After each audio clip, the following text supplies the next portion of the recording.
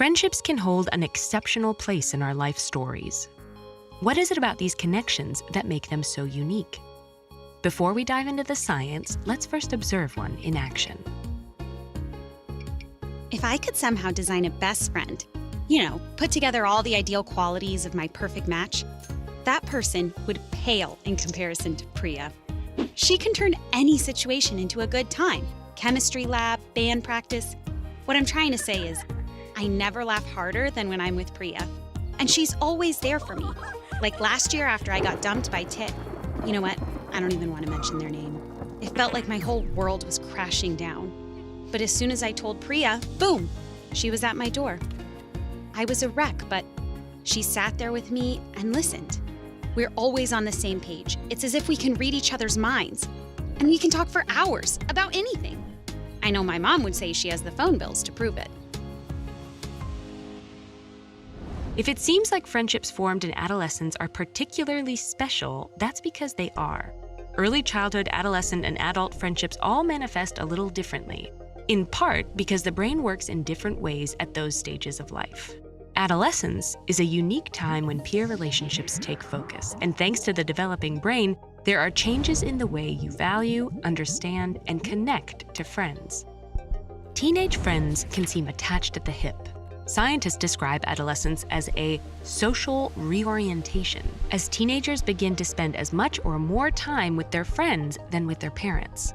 This drive to hang with pals may be due to changes in the brain's reward center, known as the ventral striatum. Its activation makes hanging out with others enjoyable and motivates you to spend more time with them. Neuroimaging studies show that this region is highly reactive during your teenage years, which may explain why adolescents seem to place a higher value on social interactions than children or adults. Teenage friendships can also feel more intimate than the friendships of your childhood. This deeper connection is possible thanks to improvements in what scientists call theory of mind. Theory of mind is the ability to understand others' emotions, thoughts, motivations, and points of view, and to realize that they may be different from your own. While it may seem intuitive, this ability hinges on the careful coordination of various brain regions, sometimes referred to as the social brain. Babies begin to develop theory of mind around 18 months or so. Before that, it's thought they believe that everyone perceives and knows exactly what they know. It was once considered to be fully developed by age 5, but scientists now know that theory of mind continues to improve and mature well into your teenage years and beyond. Likewise, regions within the social brain show increased connectivity during adolescence compared with childhood. As a result, teens can better understand their friends' perspectives, allowing for deeper connections to flourish.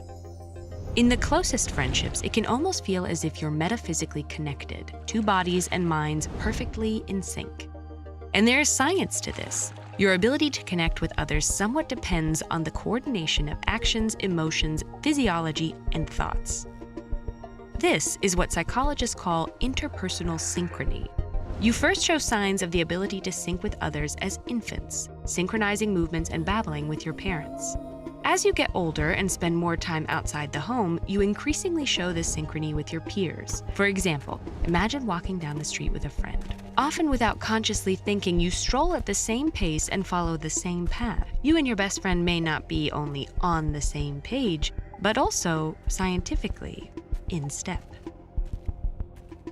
So are these same processes at play when you fall in love?